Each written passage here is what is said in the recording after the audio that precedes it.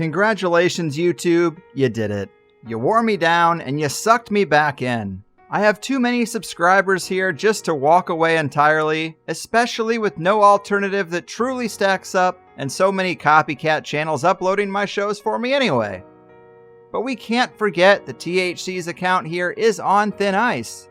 And so the YouTube version of the show has to be prefaced with this little PSA, only to say that episodes that contain the kinds of themes that have been regularly banned on YouTube will not appear here. And even with that precaution, there's already enough in the archive to get us removed, so remember that the Higher Side chats could be banned or put in timeout again at any time. And I won't be able to tell you guys about it. So if you feel like it's been too long since you've heard from me here on this digital, dystopian, draconian, data mining monster of a police state seeking platform, your first step should be to check thehighersidechats.com for the latest shows. All right. Enjoy. Brace yourself, because you're about to dive into another free first-hour episode of the Higher Side Chats. And we just want to let you know that whether you're looking for a companion through your paranoid insomnia, entertaining yourself through one of life's mundane activities, or trying to ward off the internal screams of all those sad, smothered souls around the office, THC is here. And you should know that every episode of the Higher Side Chats has an entire second hour for Plus members.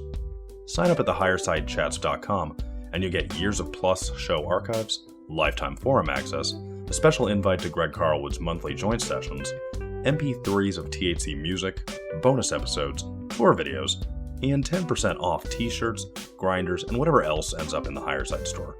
It's $8 a month that you won't miss, so become a Plus member and treat yourself in these troubled times.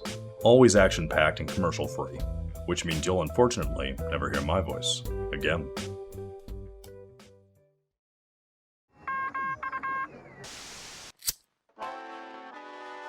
In the 1930s, President Franklin Delano Roosevelt addressed the nation through a series of radio broadcasts known as the Fireside Chats.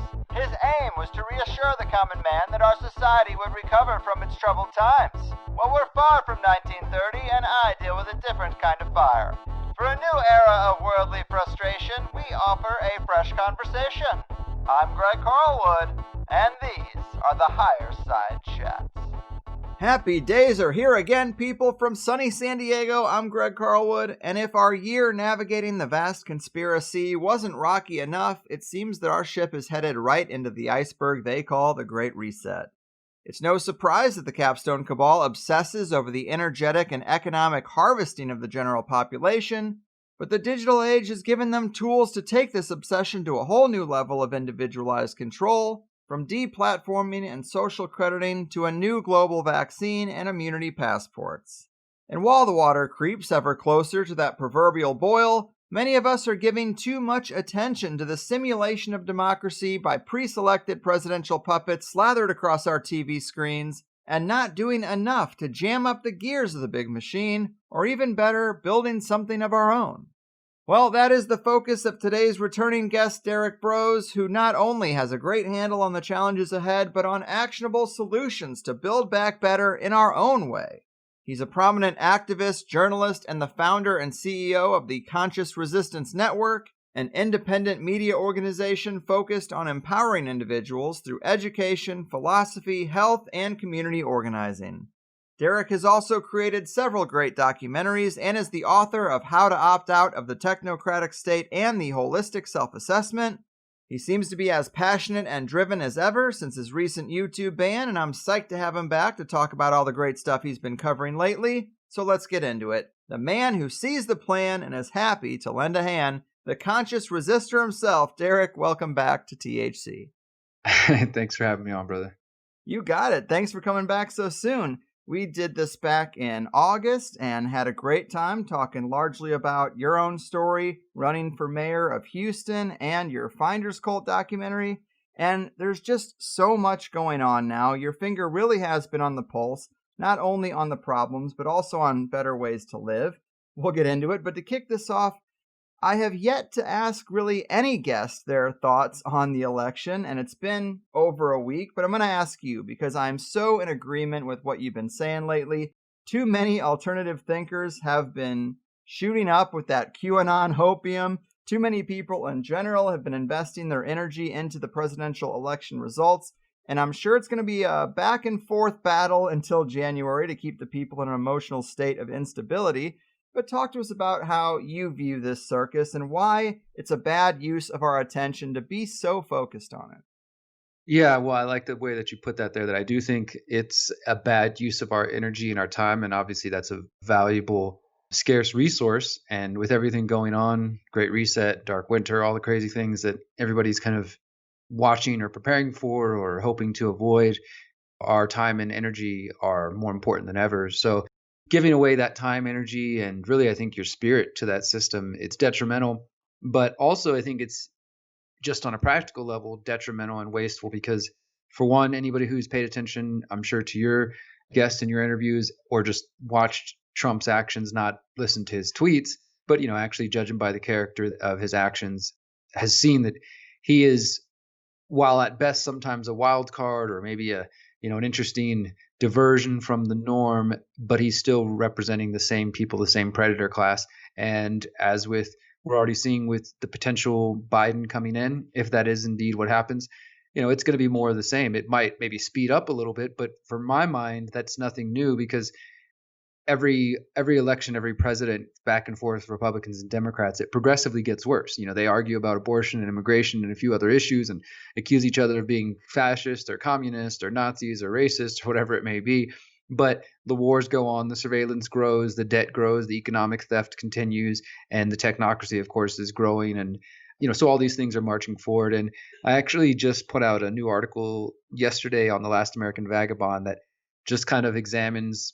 Biden has announced that he has a 13-member coronavirus task force that he's going to implement if he does indeed get into the office, just to kind of show people like, hey, this is nothing new. Don't like the people who are having hope that, oh, Biden is going to fix things that Trump broke. The kind of people who are coming from those angles can see that, look at who Biden's connected to. You should have skepticism at least of all these different people connected to the Gates Foundation, the Rockefellers, Council on Foreign Relations, the CIA's venture firm, NQTEL, and others. Should have skepticism about that. But also what I make clear in the article, though, is that this is just a continuation of the same sort of swamp that Trump had with the Operation Warp Speed and that he currently has. So it's not like, oh, gas, Biden's going to be much worse. It's like he's continuing the same relationship. So, yeah, ultimately, I think it is a diversion. It's a distraction. To me, it's only relevant insofar as we're talking about the realities of Dark Winter and potential for some kind of unrest or a false flag of some kind to happen in the coming weeks or so as this saga kind of plays out of like, oh, Trump's going to fight in the court. Will he leave in the office? And Biden's already laying plans. And just, they're kind of setting the stage for some things that we've already seen predicted in other simulations and, of the election. And so that's like, to me, the only reason I'm really even paid any attention, because I definitely have been giving it more time than I would care to, but it's been kind of with a microscope lens, sort of examining the words they're saying and looking for cues or any signs or anything that will make it helpful for me to try to wake people up on both sides. Because like you said, some people are really buying into the QAnon, Trump, hopium, wait, hold on, this is a secret operation. He's doing this to expose people. It's 4D chess, disinformation is necessary, all this kind of stuff. They're still holding on to that narrative, and they're probably, I guess, going to hold on to the bitter end. And then you have people on the more left-leaning, or maybe they're not even left, but they just don't like Trump, so they voted for the Democrats. And a lot of those people now really feel like they just saved the world. They brought decency back to America and everybody can rest now. And I think that's probably even more dangerous than Trump, because it's going to create a situation where the quote unquote other side is going to be willing to basically accept anyone, well, as they did with Biden. Nobody was really excited about Biden prior to this. Accept anyone in that office and pretty much accept anything from the Biden-Harris administration, so long as it's not Trump. It could be the exact same actions as Trump. I've actually been kind of working on some funny memes and things I'm going to put out that basically try to confuse people and say like, oh my God, did you hear Trump did this? And actually, wait, hold on, that was Joe Biden. Or, already kind of just sort of showing the overlap between these two. So, that's what really concerns me as far as election. Like, I don't give a shit if it's Trump or if it's Biden. Like, I'm going to keep fighting for the same things no matter what and keep exposing the same things. And that's why I put that article out to say like, look, here's the truth about Biden that we're already seeing. Connections to Gates. And of course, Trump's Operation Warp Speed was headed by a big pharma vaccine exec. that also has ties to Gates. And, it's the same swamp. So ultimately, to me, it's more diversion. The paths are maybe going to look a little differently, but ultimately these people have invested billions and billions of dollars into what they're calling the Great Reset, and kind of redesigning the global economy and just the world in general, and investing in the technocracy that a president is just such a minor player on that scale. Agreed. The whole election cycle, there was no platform to help anyone. It was just like, I'm not that guy. That guy is worse. And how can anyone be passionate about someone when they offer no solutions or no plan for the vice grip that a lot of people feel like they're in economically, the decay of so many things in our society that have been neglected for so long? It's silly to be so passionate. But a lot of people that would listen to an alternative show like this, they see Trump out there without a mask and they equate that to resisting the COVID 1984 protocols, but that's just not true. We talked before about how he pulled funding from the World Health Organization, but then gave over $1 billion to the Bill Gates-backed Gavi Vaccine Alliance, donating our tax dollars right along with several million coming from the Rockefeller Foundation. And that's not all, right? I mean, you mentioned Operation Warp Speed. Talk to us about that as an example, or other things we see that Trump really is not resisting this COVID 1984 stuff. It really is the same plan, because even though Biden's claimed that he won this election, or the media has claimed that he won it, I'm not so sure we won't see a serious back and forth between now and January. And I just want people to know that regardless, the stage is already set, and Trump is doing things like this Operation Warp Speed that show us that the agenda's coming regardless of what president we have. Yeah, so Operation Warp Speed is a big part of it. And for those who are unaware, that was what they call a public-private partnership, which is basically just corporatism, like you mentioned, kind of taking tax dollars and partnering with corporations, and they say it's in the public interest, but usually the corporations just get really rich and the investors get rich, and there's a lot of corruption going on. And Operation Warp Speed is no different. Essentially, it's a military operation, what it comes down to. And basically, they're bringing together the DoD, they're bringing together people from DARPA, they're bringing together people from Google, and of course, people connected to the Gates Foundation. And it's a massive operation that they announced back in May. And the guy that Trump appointed to it, his name's Moncef Slaoui. He's a former executive at GlaxoSmithKline. He also sits on the board of the company Moderna, or he did until recently when he was kind of pressured to quit. And Moderna is one of the companies that is working on the COVID vaccine, particularly the mRNA vaccine, which is, I'm sure some of your audience is familiar with, the vaccine that actually affects you on the DNA level, and that people are pretty concerned of where that could go and how that could affect us long term. So he sits on the board of one of the 6 leading companies for the COVID-19 vaccine, so no conflict of interest there. And then several other people connected to it are just, again, the same swamp that I was kind of describing with Biden. And to me, that's one of the most obvious examples. And then you sort of mentioned what we talked about before about Trump claiming that he was going to pull out of the World Health Organization. But again, as I said in our last interview, that doesn't happen until April 2021. So if he's not in office, it's not going to happen anyways. It was just all talk. A lot of things seem to work out that way. And then, of course, even if it does happen, he basically went and gave even more money to Gates through Gavi, and Gavi is a huge part of the global vaccine propaganda, as well as pushing the idea that anti-vaxxers should be censored and potentially even arrested. So in my mind, well, one thing first before we go any further, what I've noticed, and I've noticed this from before the Trump administration, at least during the Obama administration, and it's probably been true for every single puppet to come into office and their cult followers. But with Obama, after a couple of years or even just a couple of months when he started appointing banksters to it, people like myself and others were saying, hey, look, guys, you wanted hope and change, but look, this guy is involved with the same people. And it was, well, just give him time. Let's let him get into office. And then he got into office. And it was sort of like, well, let's wait and see what he does. Or in the case of Obama, it was like, hey, he's the first black president. Let's kind of keep that down. Let's not be too critical because, we don't want to harm the legacy of the first black president. I heard just all kinds of stupid arguments like this. Then all the way into the second term, which by that point, it was way clear that Obama was just more of the same. But people made the same arguments they make now. It's like, yeah, but he's better than the other guy, so we'll take him for 4 more years. And my point here is that when you pull out these criticisms and you point out these things to people, in some cases, it's like they ascribe all powerful, all knowing, godlike powers to whatever cult they're following, whether that's Obama or Trump. This person's taking down the deep state. They can do anything. Oh, this person's literally saving the world, whatever it may be. But then when you're critical of them, it's like all of a sudden this person doesn't have power. It's like, no, that's not actually Trump. Well, he doesn't make all the decisions, or these other, it's just like they want to have it both ways, right? In my mind, a president clearly is a powerful position, even if it's not the top position at the top of the pyramid. It's still people have influence and control because of that. And you can wield that. Trump clearly likes to wield that. To me, if he was truly standing up against this, he would be making bold statements about standing up against the vaccines, or just saying like, hey, we're not going to make this mandatory, like, putting a real hard line down it, not sort of being vague or kind of having other people make references to the potential that people who don't get vaccinated will be protected or whatever. And I do know somebody actually sent me an article from the other day. I hadn't seen it, that like right before the election, or even I think after the election, maybe Trump said something along the lines of, we're not going to make it mandatory. People will have a choice. And somebody was trying to share that with me, like, see, look, he's fighting against the COVID nonsense and he's fighting against Operation Warp Speed.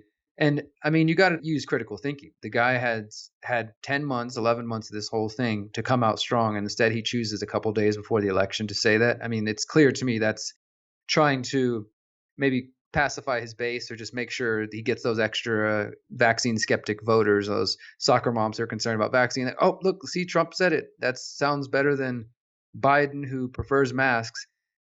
And the other thing is, just one final note here, is like just in the last couple of days as we're recording this, I think it was yesterday actually, Pfizer announced that they had 90% effective vaccine, which of course, like, that's a lie. The way they're doing the test, it's actually a lot lower of a number. That 90% doesn't mean what people think it means. But you had Trump promoting that and saying, big news, stock market's going up, new vaccine on the way, great news. And just so, okay, you got him celebrating the vaccine that it's coming, which, maybe still he would let it be. He wouldn't go for something mandatory or whatever, but he's clearly promoting it. And then on the flip side, you have like Biden going, yeah, the vaccine is good news, but there's still a dark winter on the way. So like, as far as I'm concerned, they're both just playing these different roles. And then again, as I mentioned earlier, the technocracy doesn't care about the president. The predator class doesn't care about the president. So even if Trump or Biden or whoever came out and said like, look, we're not going to make it mandatory, in the sense that they're not going to put a gun to your head and bring cops to your house to make sure that you take the shot, they're already talking about and floating in mainstream publications the idea that people's healthcare should go up if they don't get vaccinated, the idea that, you can't travel, you can't work, your kids can't go to school, all these kinds of things. So they're going to use social engineering to basically lock people in, the people who aren't prepared, who aren't off the grid or out of the control system, the people who aren't kind of forward thinking and, trying to think about this ahead of time, are going to end up being sucked into that. And so that system, which is a part of the Great Reset, is coming no matter what Trump or Biden does. Now, I think the only thing that can stop it is us, like the individuals. That I don't mean to say like, hey, we're manifesting their reality, because I do think that there's an opportunity for us to do something better, what me and some friends have started to call the Greater Reset, or the People's Reset, which is an idea that we're trying to really get together and get it to be cohesive. So I do think we can determine it. But as far as presidents go, those plans are going to roll forward no matter what cult leader is in there. Well said. Yes, they've been talking about how the vaccine won't be mandatory, but it will be heavily, quote unquote, incentivized, which means limiting the resources and movement and freedom of people who don't take it. That's what incentivized means. And this is a giant agenda by the technocracy. They're not going to let something as arbitrary as a presidential election get in the way of it. And when it comes to the plans being rolled out in response to this second wave, let's say, you've been talking about things that a lot of other people are missing. And a big one of those things is quarantine camps, much like the FEMA camps people were speculating about several years back. But this is straight from the CDC's website, right? Tell us about this. Yeah, so this one is, I've actually been getting, as you can imagine, like when you start talking about things like this, you get just the kind of knee-jerk, you're crazy. Even among, I would say, the truther kind of conspiracy culture, some people are, I think, skeptical to believe that these plans could be put in place. But as you mentioned, the link that I found, which was sent to me through a couple of listeners, was taken directly from the CDC's website. And actually, I did a video on this recently, but I realized since then I think I'm going to do a second video on this actually. And so I'll sort of give you the video first, basically, because the video is basically going to be, let's fact check my previous video, since some of you are claiming that this isn't real. Because actually, when I went to go look at the CDC document on the website, and I'll send that link to you so you can include it for people to see themselves, there's actually another page that I didn't even go over in my video, which makes it even more clear that it's specifically focused on COVID. Because I had some people trying to tell me that I was being crazy and I was wrong. This actually just talks about refugees and how to handle COVID and refugees. Well, first of all, if the CDC is not an international organization, like the CDC is based in the United States, it's a domestic disease prevention or whatever they claim to be, but it's not it's not the United Nations. So why would the CDC be talking about refugee camps and international settings or whatever, right? So that doesn't hold water. But again, when I looked at the document again, because I got a couple of those comments and I was like, all right, let me go do my due diligence. Let me make sure I didn't, miss-see something or see something that I wanted to see that wasn't really there. So I'm looking at it right now. It's under global COVID-19 coronavirus disease at the CDC website. And it does not anywhere at all say the word international, that it's talking about international settings. And then, so the one I originally was looking at on my video is called Operational Considerations for Humanitarian Settings, which I still do believe is talking about the domestic population. They might be trying to talk about it, humanitarian settings, but that's the euphemisms. They call torture enhanced interrogation. Humanitarian setting could be the code word for concentration camp or something. But right above that one, I actually found another form of this document, and it's called Operational Considerations for Community Isolation Centers for COVID-19 and Low Resource Settings. I mean, I don't know how much more clear that could be than that. And this one was actually updated more recently, as recent as September 10th, 2020. So it is specifically talking about COVID, and it's talking about the United States, and it's talking about communities and what they label as high-risk individuals. And they describe a couple different situations. One is like, I'm sure they're going to have some barometer, probably like the whole terror alert thing, just like with the lockdowns, like, oh, we're going back into green or red or whatever. It's all similar, but they're going to have some way to measure what your risk level is. And this will probably be done through an immunity passport, most likely through the Common Pass, which is being promoted a lot lately. And it's funded by the World Economic Forum and the Rockefeller Foundation. They will probably have you using some sort of immunity passport. And my guess is that if your temperature goes too high, or the app or the device, the wearable device, they're working on those as well, tells them that your biology is off, then it would potentially alert somebody. And then the first step is, if you're a low risk, you can isolate and quarantine in your own house with your family. And there's all these different rules that they have for how your family should act and how often they should see you and just all that kind of stuff. And then the next level describes like the neighborhood, and it talks about neighborhood isolation centers and quarantine centers and how many people those can hold. And then they talk about beyond that, like if you're even more of a big risk, it's like they got to take you further away, and they take you to regional isolation or community quarantine centers. And so these documents just describe that whole process. I mean, it specifically mentions like separating children from parents. It talks about isolating, the elderly, which obviously is a more at-risk population, which to me, honestly, and I'll say, like, again, this doesn't say this on the CDC website, so this is me adding a little bit of speculation just to make that clear. But I think, knowing everything we know, I really, really suspect that if these isolation centers and quarantine centers do go live in 2021, which is what it appears to be, we have them popping up in Canada. They're already in New Zealand. They're already in Australia. There's people talking about finding information in other countries that I've seen.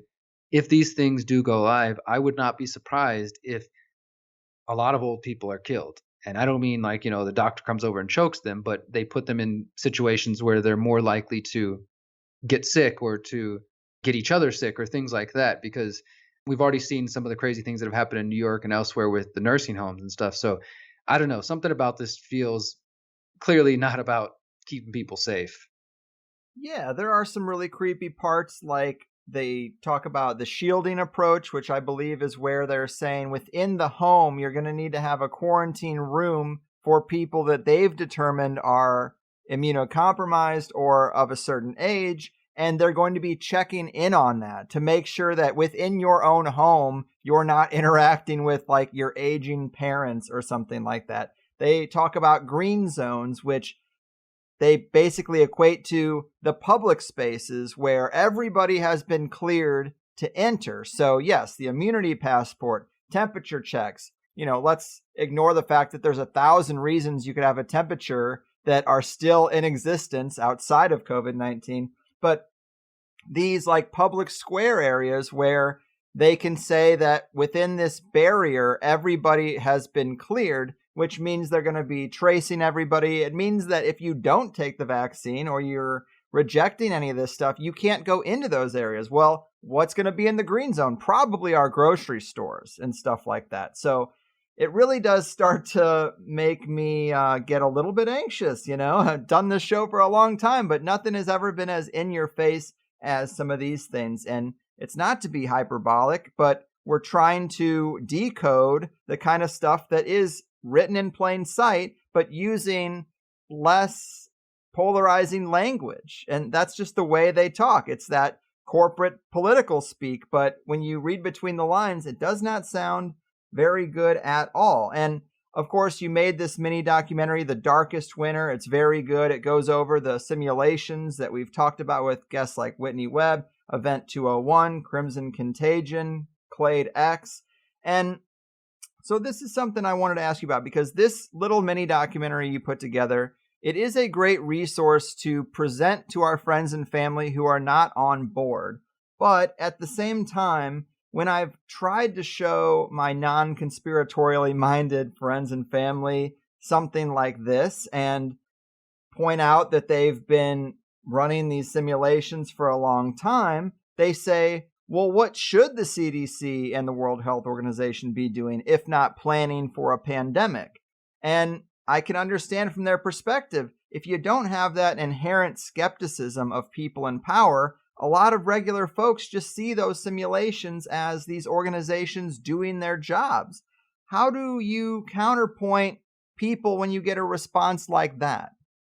Yeah, that's a pretty common one that I've heard myself as well. And like you said, if you don't have the background of research that a lot of us do have and have spent years and, sleepless nights working and researching and trying to put these pieces together, then it's kind of hard to drop that all on somebody who hasn't even done that 101. And of course, inevitably, once you start trying to explain that, you're going to come off and they're going to treat you like, a conspiracy theorist. But the fact of the matter is that if you don't understand that even before 9/11, going back as far as the Oklahoma City bombing in 1995, and I'm sure we can find examples prior to that, there have been simulations and exercises that tend to coincide with major world events. Like I said, the Oklahoma City bombing, 9/11, major school shootings or other mass shooter events, the Boston bombing, that just so happen, as you know, to coincide with drills, simulations, exercise, sometimes taking place on the same day, right nearby where the event takes place, or sometimes days, weeks, months prior, and again, sometimes in a similar location. And often the details aren't perfect, of course, right? Like we watch a simulation, the simulation talks about flying planes into buildings or something, for example, but maybe all the details aren't fully on, right? Or they run a simulation like Event 201 and they simulate what could happen if there's a coronavirus pandemic that sweeps the world, but in their version of it, it came from pigs and they call it CAPS. And, it's like slight differences, or it started in this country or whatever it may be. But the point is that clearly the global elite, the predator class, like to put this information out there. They run simulations, and it could be as simple as like they're trying to see how we can respond. And I think at the point we're at now, though, they also have access to artificial intelligence and algorithms where I think they're literally probably feeding in all the data that they've gathered from everybody via Facebook and Google and everywhere else, and feeding that into their AI computers and essentially getting out like as simple as a little program out of these are the scenarios that are most likely to produce the results you want. These ones could result in these responses, literally having it mapped out. So I think that's a part of it, but also on the more esoteric spiritual plane, that these folks are, I think, putting their plans out as obvious as they can be, because you could say it's part of their religion or part of their ritual that they have to put it out. And there might even be just a little bit of smugness of just kind of putting it right in people's faces. And like you said, so many things are blatant now, more than they've ever been. Not to get too off track, but one example of that is this recent trailer for this movie Songbird that I'm sure you've already come across. Mm-hmm. That is just insane. Like, I mean, it's clearly, yes, it's a Hollywood movie. And again, we talked to somebody about this from the normie world, and they say, well, that's Hollywood, man. It's just, Hollywood doing a weird take on some of you paranoid conspiracy theorists or whatever.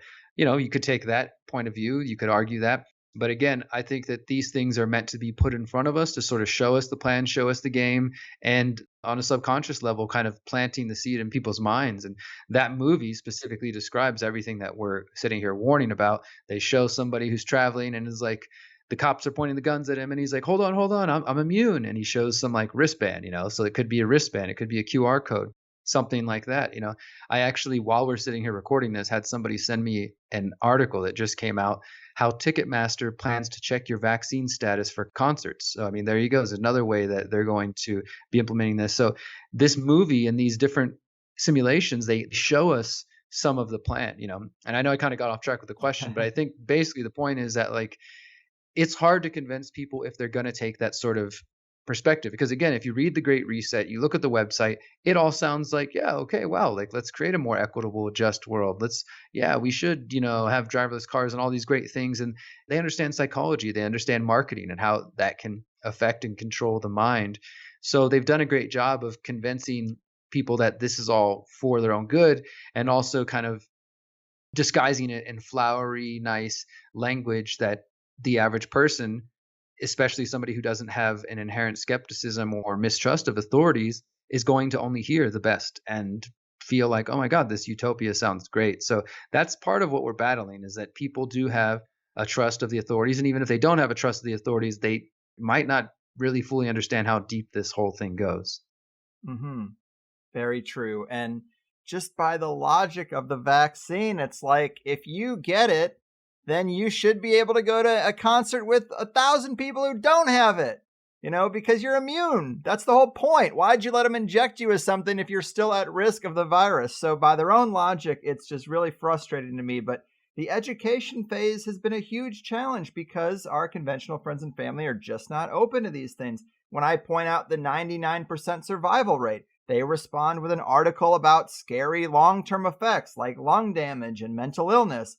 If I point out that Fauci himself said masks don't work, then they throw out stuff like, well, we know more now than we knew in March. And it really does just come down to that fundamental belief that the leaders are doing their best to help. And, obviously other people like us maybe don't have that opinion. But before we get too deep into this, let's talk about freedom cells. I think we drove home that this stuff is coming no matter what, and it's time to do something about it.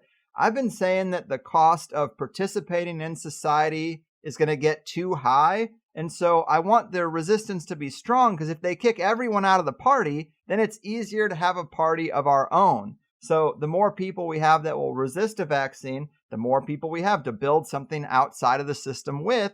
And freedom cells are a big part of that, right? Yeah. So did we touch on freedom cells in the last interview at all? I think we did a little bit, right?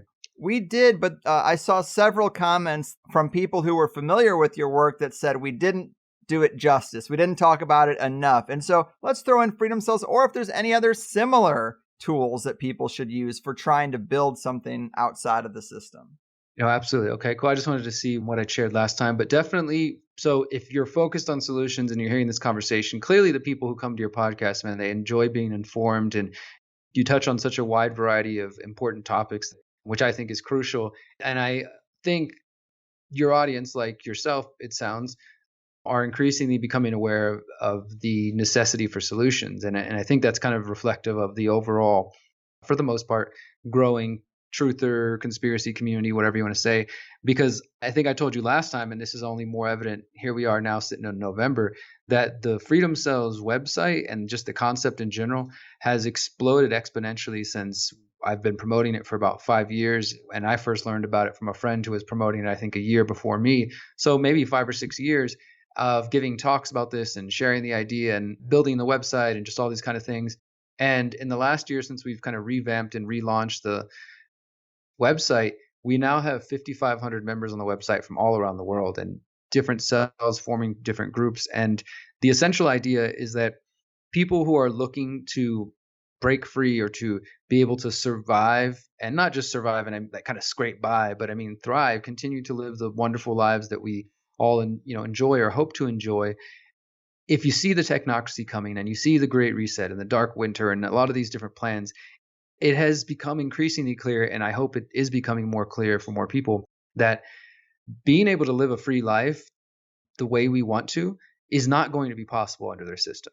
And you can either just continue to sit by and enjoy and listen to these podcasts and do nothing, and then before you know it, you can't go to a concert without showing your vaccine status, or you can't go to the grocery store and all the things that we were just mentioning. Or you can begin to be proactive, start taking steps to make sure that you, your loved ones, are going to be taken care of and able to help yourself no matter what rises in the society around you. And part of that is to work with your neighbors. And that might not necessarily be your next door neighbor. And it might not even be the people in your specific neighborhood or your community. You might have to, drive a little bit down the road to find that like mind in your community. But the goal is that we're using this Freedom Cells concept and our website, freedomcells.org, to encourage people to connect, to build these groups of 8 individuals, 7 to 8 to 9, in that range. 8 is ideal. And we have some literature and studies behind that and different people who've done research on group dynamics and why that number is valuable.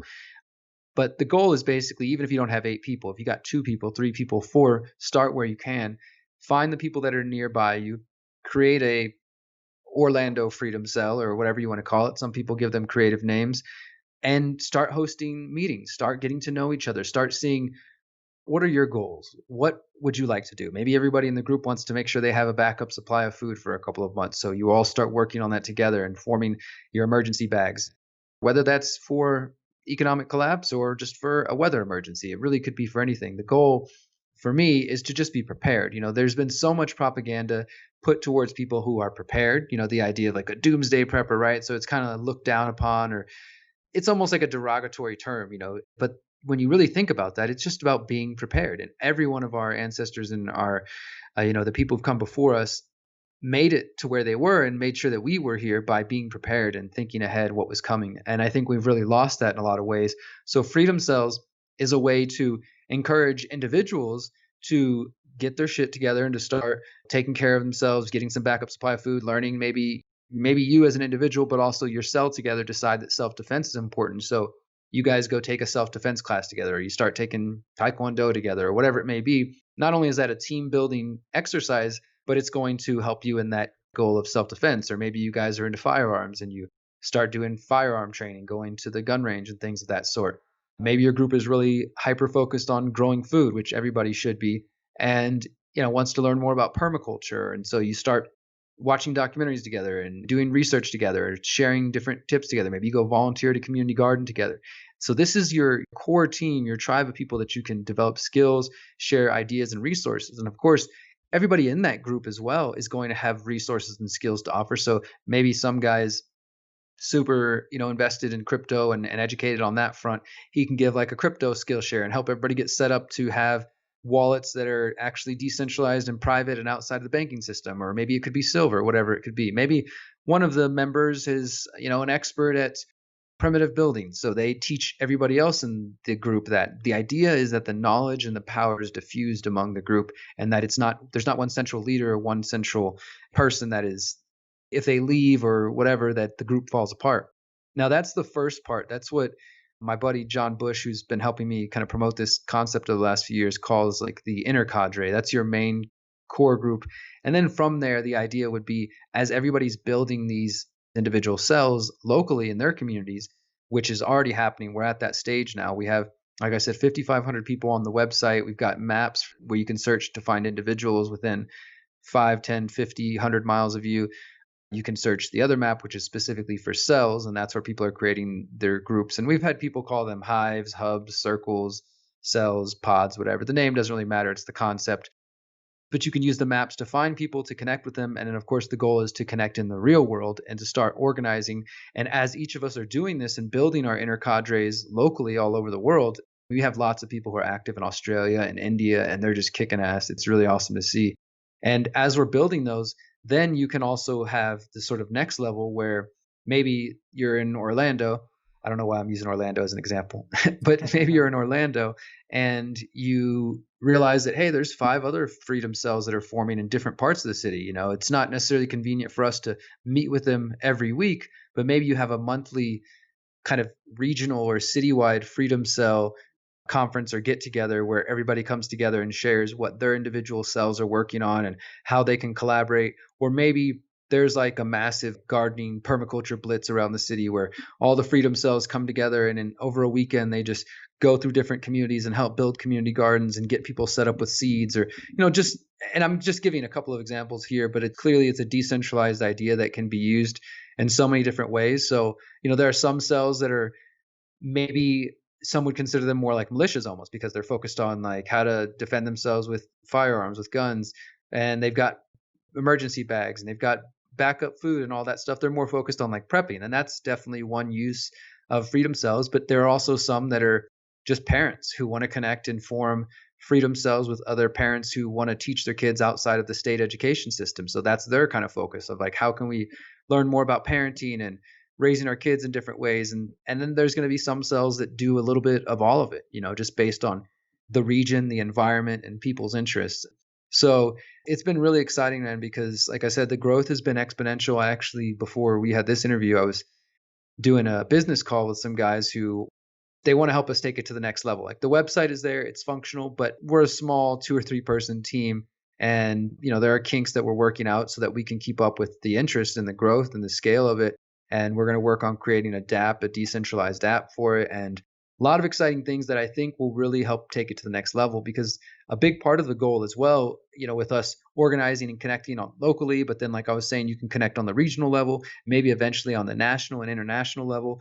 And the idea being that, like I said earlier with the technocracy, that we start to establish a parallel network of people who can trade skills, trade resources, can barter, can purchase from each other. Maybe some Freedom Cells start getting into growing their own food or creating their own products.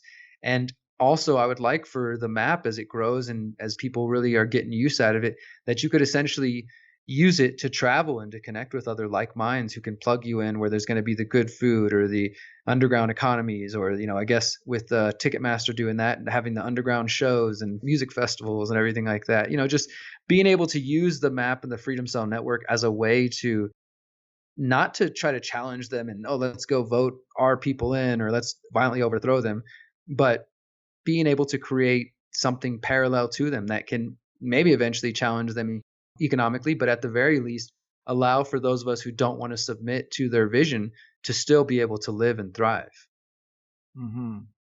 Yeah, it seems very useful. I've made an account myself and checked out some of the groups in my area. And in there, you mentioned the need for connecting in the real world. And that is a whole other layer that we have to deal with, because even if a person sees the control agenda, if they recognize the technocracy, this other layer is where they have made us afraid to gather, made us afraid to see each other. And when it comes to COVID, you point out in one of your articles that the virus hasn't been isolated, and there's still a lot of debate on if there even is a virus out there. Last time we talked a bit about the links people are making to 5G. Have your thoughts evolved on that at all? What is the PCR test even finding when it denotes a positive case? And do you even see us as being at any type of risk when we gather with people or organize for new communities? I mean, this has got to be something that you've gotten past personally, at least. What would you say to some of that stuff?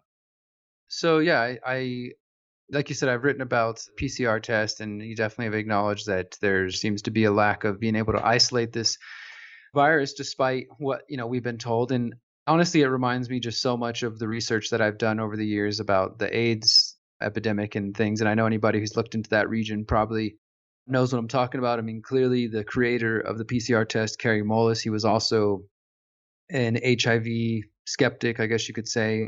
People might describe him in worse words in the mainstream, but he was an intelligent guy who wasn't dismissible as just a conspiracy theorist, at least not while he was alive.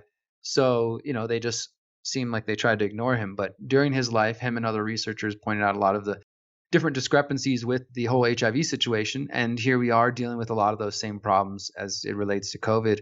And specifically with the PCR test, while I was back in the States in Houston, I had a chance to go to one of the press conferences there where the mayor and the Houston Health Authority were basically just recommending masks and all that kind of stuff, and was able to ask them about the fact that it had started to come out, not just in Texas, but other places, these issues with the PCR test, to the point that one of the counties in Texas actually came out and said, we have no faith in any of these numbers, and they're just pretty much saying, like, because of everything going on, we don't trust the numbers at all. And I asked the mayor and the health authority about that, and basically they did admit. Now, of course, this is not on any front pages of any newspapers in Houston, which you would think should be, because to me, it's just like, I'm just asking basic questions from doing the research, listening to scientists who have been questioning the PCR test, including there's a researcher and professor in the UK, I can't think of his name, but he's in my article about the PCR test. So I've just been kind of listening to their information and studying, as well as what Kary Mullis said. And the key, I think, there is this whole threshold concept, where they talk about how they call it cycle thresholds, where the higher the cycle threshold, the more likely they're to find a positive, right, positive thing. So when I did ask the Houston Health Authority, basically they're like, yeah, there are some issues with the numbers, which was interesting because this came out, I think, right before the BBC and some other UK papers admitted that, and it was based on this professor, his statements, that the PCR test was leading to false positives and all these kinds of things. But I had asked the health authority about that and said, that, hey, I've heard that there's potential that this PCR test could pick up pretty much a residue of any past disease that someone's been carrying or a virus. And I know some people, of course, don't believe in viruses at all. And, I'm open to the conversation, but for the moment, let's set that aside. And so he's basically saying that what I've heard again is that this test can basically just be used to find anything. And I think that that's what many of us are realizing. So if you have been sick in the past, they can just go up to like 60 cycle thresholds and they're going to find something, or the test is going to indicate that there's something there. And they go, yeah, look, that's a positive result. So it was interesting that the Houston Health Authority at least admitted that that was a problem.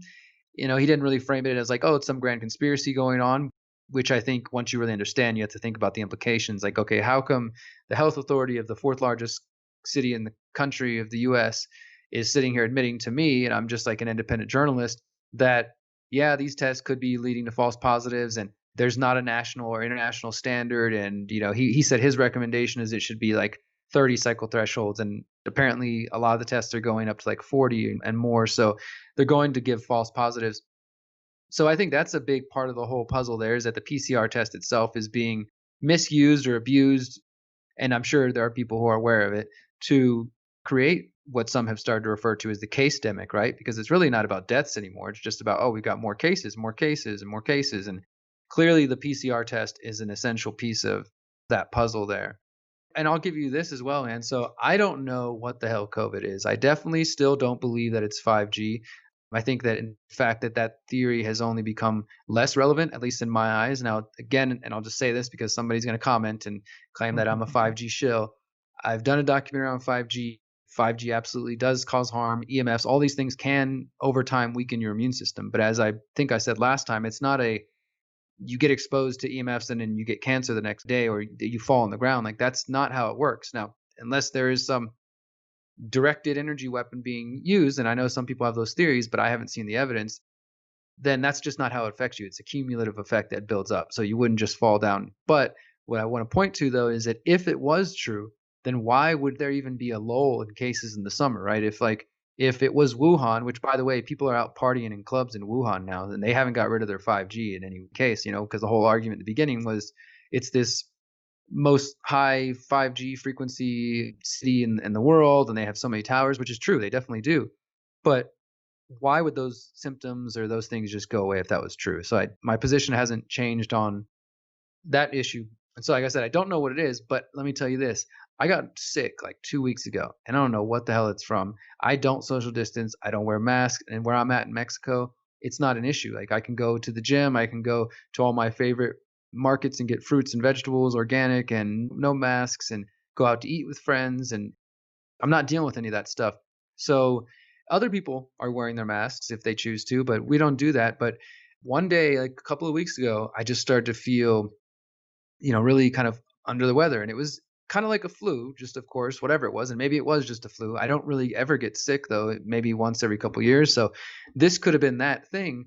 But this was unlike any sort of flu that I've had prior to this. Like, it started with like feeling dizzy and then getting headaches and then a real strong fever. And then I kind of went to bed and I didn't sleep the whole night, and this happened for like 3 nights in a row, because my bones were hurting. No matter like which way I laid, my freaking back and like, I don't know if it was from my lungs because I could breathe fine. It wasn't like I was, having breathing trouble, but it just, my back and my bones and everything were just hurting so badly, like inside my body, like inside my bones.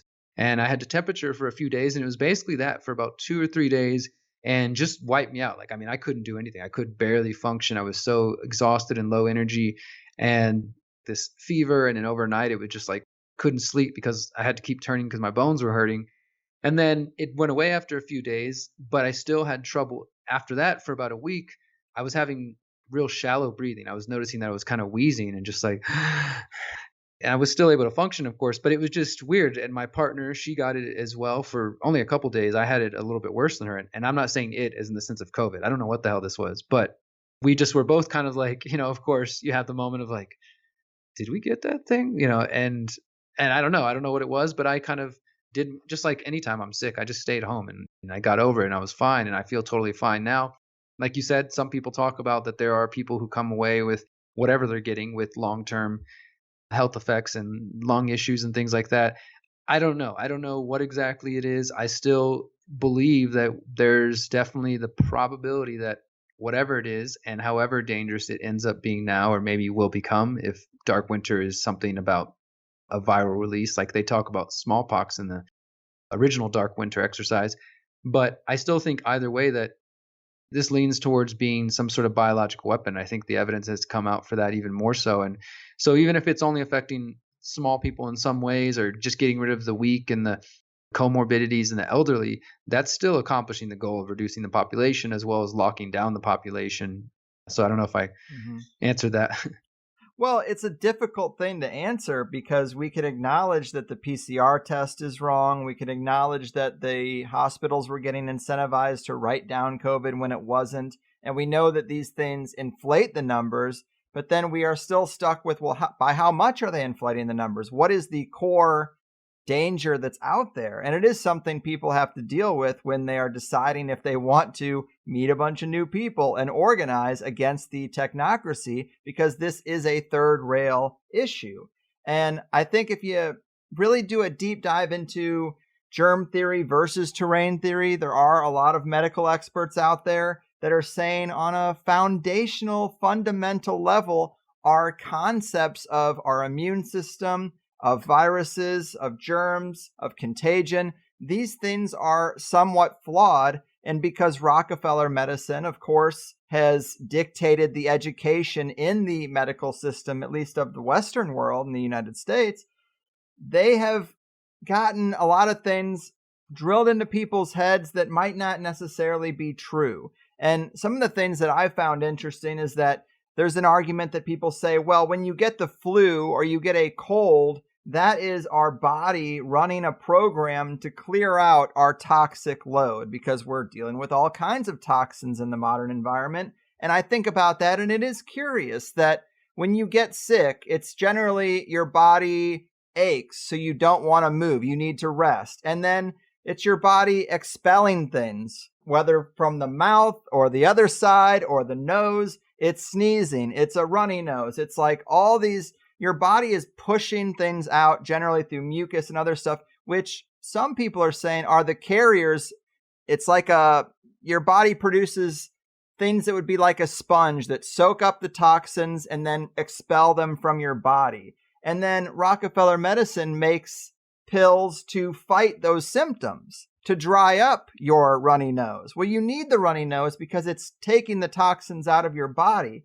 So obviously, I'm not a medical expert, but as I've listened to some of these people talk about this completely different paradigm, it starts to make a little more sense. And maybe the flu is not like some virus or something, but it is just like a cycle that your body goes through when its toxic load reaches a certain level. And it's not like a lot of people can't be exposed to a toxin together, but I'm a little more skeptical now of someone who I'm in the room with flu-like symptoms giving me flu-like symptoms. I don't know. It's very strange. And I guess I was listening to one of these health gurus, and they said it kind of comes down to do you believe that you live in a hostile universe or a friendly one? And I know that's simplistic, but I think most of the problems that I'm worried about come from the elite rather than nature. It's strange, but these are things I think people should at least be thinking about. Yeah, I agree. And I just want to add to that. So I've interviewed Dr. Andrew Kaufman as well as the two authors of Is Everything You Thought You Knew About Disease Wrong? I'm sure I'm butchering the title. So I definitely have been exposed to this information. And, one of the things that I've found is I'm not so sure that it's germ theory versus terrain theory. Right. In some ways, I feel like they complement each other. I do, obviously, I know that Rockefeller medicine has just taken us away from so much common sense about our own bodies and about how to take care of them. And I'm definitely down with that and for sure understand that. But I think that in my mind, it seems that if terrain is describing like your physical body and the terrain, right? And if you have, whether you want to call them viruses or bacteria or exosomes or whatever, if you have living things on you that exist in all of our environment, and there's the capability for some of those to get us sick, or maybe it's just even if you're living dirty yourself. So for example, like staph can develop, if you're just dirty, basically. I mean, if you start, I've known a lot of people in the past when I was using drugs, like if you're using drugs and you're not showering, you're sweating, you're not clean, you can develop a staph infection, right? And to me, that kind of is the whole terrain idea, because it's specifically directly related to how clean you are. The idea is that the staph virus or germ or whatever name you want to give it, it exists and lives inside of us already. But most people who have strong immune systems and are generally clean are never affected by it. But if you start to weaken your immune system, say by using a lot of drugs, and also are not that clean, then you can develop something like that. So my point here is I feel like they might not necessarily have to be that no germs or whatever names we want to give them exist. And also that we shouldn't just ignore the role that clearly that our health plays and that our being plays. And again, that it does make sense to me that just like we see in nature, where the environment, the natural environment, both like the plants, the animals, the trees, the soil, is so interconnected that when something is off balance, the animals or the plants or the soil or the environment will make changes to try to accommodate, to bring things back into equilibrium.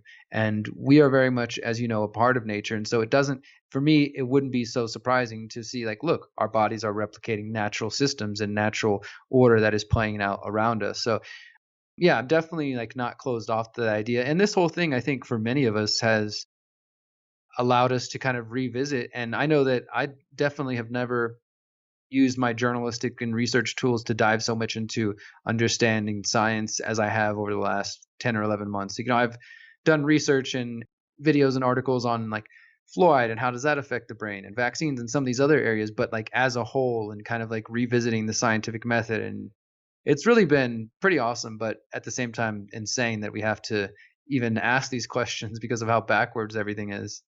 Yes, I'm right there with you. And I think that book you're talking about is What Really Makes You Ill by Don Lester and David Parker. Also, exactly. People I interviewed. And yes, I agree. It is not an either or thing. It's probably like an 80-20 thing, or terrain theory comes first, because if you armor yourself up, then less things can hurt you. But it is just something that people need to wrestle with when they're deciding how comfortable they are meeting new people and starting these communities, because I think we kind of have to be a little bit fearless. And it seems like there might be worse things out there than COVID-19. And if we let that fear take hold of us, then we really will just acquiesce to all these control measures. And it is a really empowering thing when you even start to break through that foundation of germ theory with people like Kaufman and Don Lester and David Parker. Even if you still leave the door open, it's pretty empowering to take your health into your own hands, to feel responsible for it. But it can also be quite scary, because then people have to really address some of the things they are doing. Living in a electromagnetic soup, eating from the drive-thru. Like, if you really are going to adopt this idea that the terrain is very, very important, and maybe more important than the germ, then that's a lot of personal responsibility you also have to face.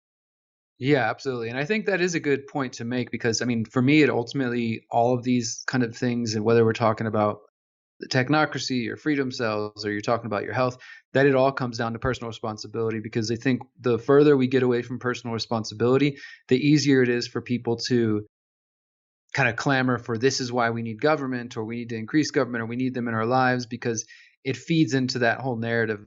I mean, I guess that we're still children and we're not able to take care of ourselves. And maybe some people are, but I think many of us are perfectly capable of taking care of ourselves and recognize that. So the more that we live that, and this again goes back to freedom cells and how you're going to survive without the technocracy, start taking personal responsibility for your life. Because when you do that, when you realize that, okay, I've got food put away, or I'm growing food, or I'm a part of community garden, or I'm just learning skills on my own, or, whatever it may be, then you're coming from a place of empowerment, as opposed to a place of like a scarcity mindset and fear. And what am I going to do if this happens? No, you've started to get some plans and some resources for your family. You start to network with other people in your community and kind of have a plan of how you guys can help each other if things, go a little bit awry. And like, you just start putting the pieces together. When you have that experience, which is just taking personal responsibility for your own life and encouraging others to do the same, it's so much more of an empowering and strengthening experience, as opposed to facing what we're facing now and feeling like I'm totally dependent or stuck on the system, which some people are, and not necessarily by choice. I recognize that some people have 401ks and mortgages and 3 or 4 kids and a house and all that, and those are things that I don't have. And so I'm just in a different position, and I can kind of try to leverage my freedom to live the life that I want and try to, live in line with my values. But no matter what position you're in, I know for a fact that each of us can take steps, whether they're small or large, towards getting towards our goals and to be free from these systems. Mm-hmm. Very well said. Very well said. I really appreciate your time, man. And as we're wrapping this up, last time you did say we have 2 options: hold down the fort or exit and build. And you mentioned that you have made that choice to exit and build. You're down there in Mexico. Is that what Operation Underground Railroad is attracting more people there? I saw you use that term, but you didn't mention it earlier, and so I thought I'd at least take a second to ask you what that was about. Yeah, I appreciate that, brother. And thank you again for having me back on. I really do respect your work, and I appreciate how dedicated your audience is to your content. So I'm happy to be among the audience and to be a guest as well. Operation Underground Railroad is basically just the terminology that I'm using for, and I think I might have mentioned this last time, that in the book, How to Opt Out of the Technocratic State, in addition to talking about the ideas of exiting and building or holding down the fort, I also discussed that I believed eventually, I didn't realize how soon, that there would be a need for kind of a modern underground railroad to form again. And clearly, for those who understand, the Underground Railroad, the original one in the slavery days, they were helping slaves escape from fugitive slave law and from just harsh treatment, of course, and being owned by another human being, not only to Canada, but down to Mexico as well. And so I started to think about not only like, what does it look like to be a free person and to be an agorist, the philosophy I promote with this digital panopticon, but how are people going to respond to it? And again, some people will hold down the fort and they'll build in their communities and they'll really try to keep awareness alive and do what they can. Some people will exit to a more free area and build there. But how do we connect those people? What happens if somebody decides that they've been holding down the fort and it's just not getting better, or plans didn't work out and they need to get somewhere to one of these free communities that we've been talking about, these network of communities? And Operation Underground Railroad is kind of the beginning of the establishing of that. And basically, if anybody is interested in getting down to Mexico, I said this before the election to people like, hey, we did one successful caravan so far. Me and my partner went back to Houston. We had people coming from all around the U.S. We ended up with like a 6-car caravan, and they met in Houston, and we helped them get to the border, helped them get across the border, which can be confusing if you've never driven across and if you don't speak Spanish. It can be confusing, and just, so we helped them with that process. And then from there, people kind of go their different ways. Some people have their own plans or friends or family they're visiting, and others followed us down to where we are in the city that we're in, and we've kind of helped them find their own houses or apartments to be in while some are going to be here for maybe a couple of weeks while they're watching what potentially might happen with all this dark winter talk. Others are thinking more long term and kind of looking to find their own land or property. And then some of them are people that we are actively working with to build a community with. So yeah, that's what we're calling Operation Underground Railroad. And if anybody is interested in that, the email is OPURR at protonmail.com. And we have definitely, just like with Freedom Cells, been getting a resurgence and interest in this. And so we're hoping to do another caravan probably towards the end of the year and just help some more people come down who want to come down. And yeah, so it's an exciting time, man. I'm just trying to do what I can to help other people with all this going down, just in case something does get dicey, and yourself and anybody that you know and love and trust are definitely welcome to come take a vacation or a short trip down to Mexico if it feels like the time. Very cool. I'm not far from the border, so I might take you up on that just to see what's going on down there and take a break from it all. But so many guests have talked about this big fork in the road that we are faced with. And so many of us focus on where the elite want to take us, and we forget to focus on where we can go ourselves. So we're very lucky to have you out there fighting the good fight, providing the rest of us with a lot of good resources to share with our unconventional friends and family, and showing us the way to a life outside the system. Of course, the ConsciousResistance.com is the central hub. Anything else to leave them with link-wise? Just freedomcells.org. Definitely, if people want to check out Freedom Cells. And other than that, yeah, the ConsciousResistance.com, man. Thank you again. Awesome. And thank you. You are the man. I appreciate it. And take care out there. Thank you, brother. All right, guys. How about that? Derek Broze back so soon. Cool guy. I'm lucky to know him. And I'm happy to hear that he's still getting feedback from this audience from his last appearance. I thought we had a good time then, and he's churning out so much good stuff now. There was definitely enough to talk about. Truth is, I've gotten a really surprising amount of emails over the last 3 or 4 weeks asking me what my election coverage would be, and I find that kind of strange. Like, what else is there to really say? It is what it is, but some people really do just get their news through a lot of our guests, I suppose, from what I'm told. So I thought, well, if I'm going to have anyone here to really focus on the election, let's go with Dr. Joseph Farrell. So we booked a show for a week after election night because I figured it would take that long for there really to be anything significant to talk about, which was largely true. But he had to pull out at the last minute, and I was planning to hit up Derek for another go anyway, so I think it lined up pretty well, I think, and Derek was great about helping me out on short notice. Though I did end up rescheduling with Dr. Farrell just a couple days later, so I'll roll that one out next. It was nice to hear a bit more about Freedom Cells. Some people who wrote in after the last time Derek was here were pretty vocal about that resource being a huge help to them in finding local groups, and they wished it would have got more airtime, so it was nice to hear that from them and also be able to comply with that request. But Derek is just a really solid researcher. He's meticulous. He doesn't just run with things. He considers it very important to be accurate. I consider him a champion of the new guard when it comes to alternative or true journalism, I guess we should just say. He's right up there with Whitney Webb and the dude who runs The Last American Vagabond. In fact, they are all friends. And I want to be their friends too, right? But around here, I definitely love me some over-the-top sensationalism now and then. Just like humor, sometimes you go too far, but there's still truth in there and it's entertaining. And it's just maybe something that jives with my personality. But right now, especially, we also really need respectable journalists that are fearless and focused on looking forward towards solutions and making really great arguments with their data and their research. I mean, if Derek Broze is talking about quarantine camps, I take it a bit more seriously than if, say, Alex Jones is. So, a little bit intense. But this is also the first mention of Ticketmaster requiring a COVID vaccine confirmation to go to concerts. And it's the first open signal that this compliance is going to come through companies that we want to do business with, or for some people, work at. The government, per se, isn't policing individuals. They're just telling businesses, hey, do this, this, and this, or we'll shut you down.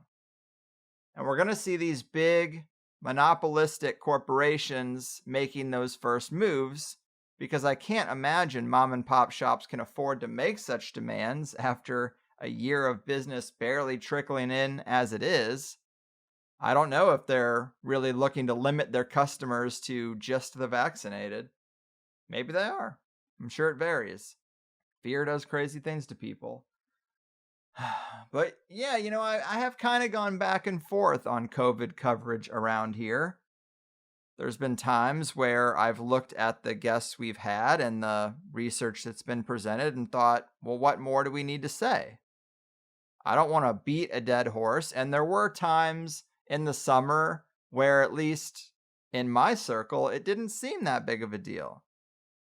And I expressed not wanting to just drive it all right into the ground and make sure we have plenty of non-COVID related shows as well. But now I'm sensing a real level change to this stuff, and it might require us focusing on it a bit more.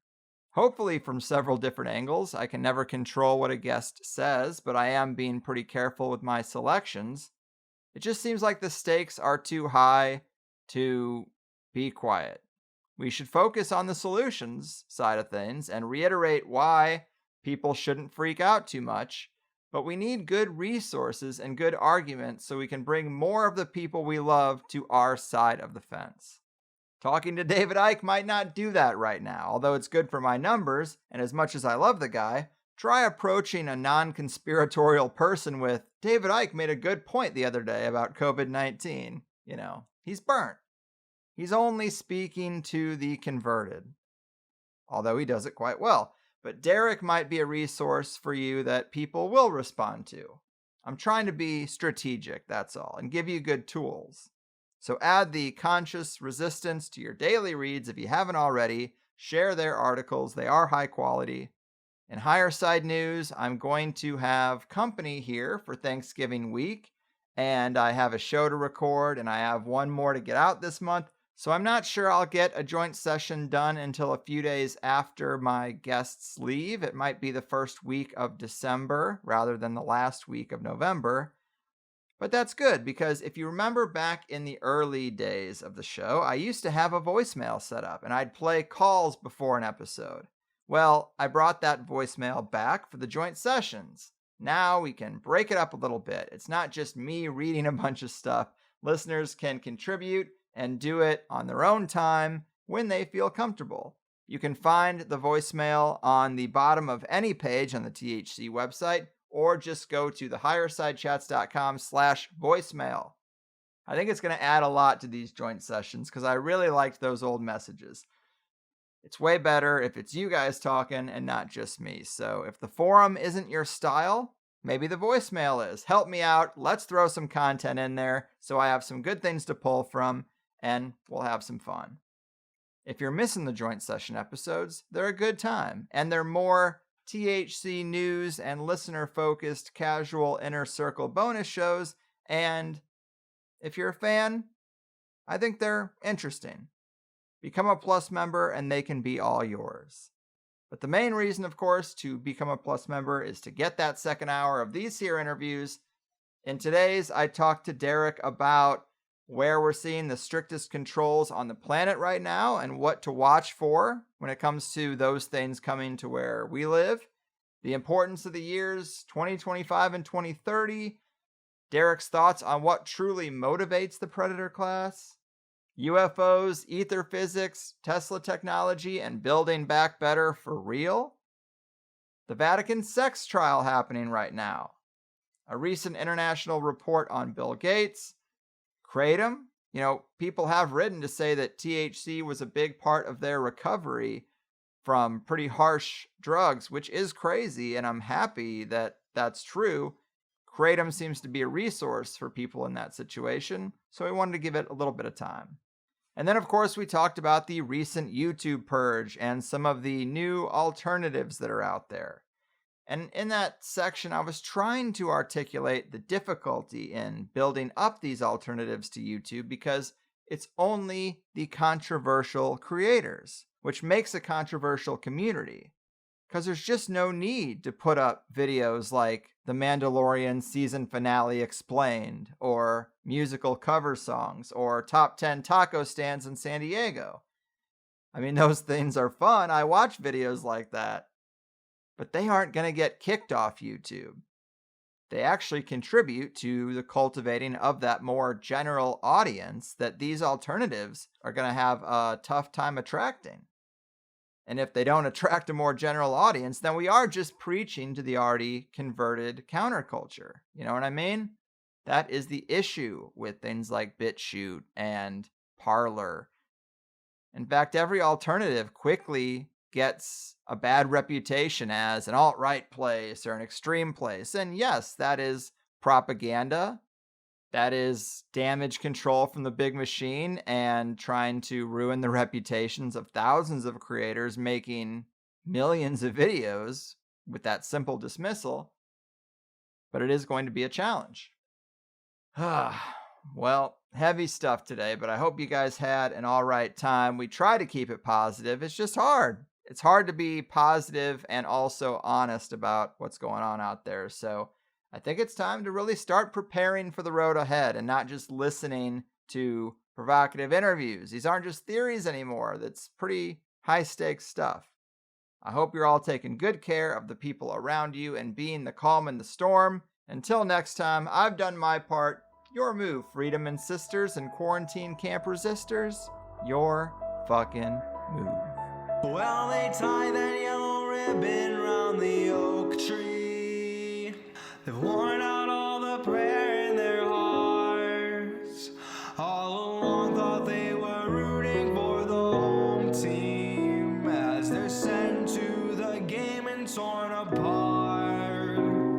We twist this tourniquet upon the pipeline that he carries all the pain in the world as we blindly clap and cheer from the sidelines. It's clear on a losing streak from the very start, and that's where they found me,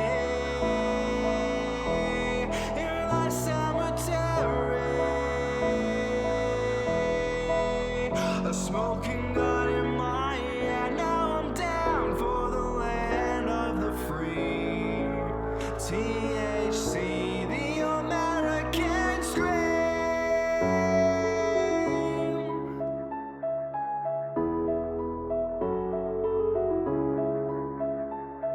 They took that faded ribbon off the oak tree. They've worn out all the hope in their hearts. All along thought I was doing the right thing. Now I'm lying in a pool of my blood, and that's where they found me, in the cemetery, a smoking gun in my hand. Now I'm down from the land of the free. Sing with me, and that's where they found me, in the cemetery, a smoking gun in my hand. Now I'm down from the land of the free.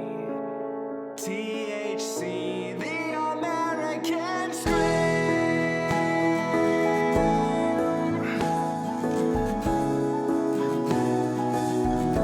The American scream.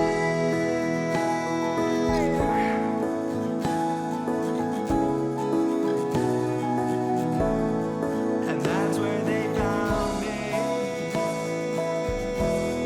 in the cemetery,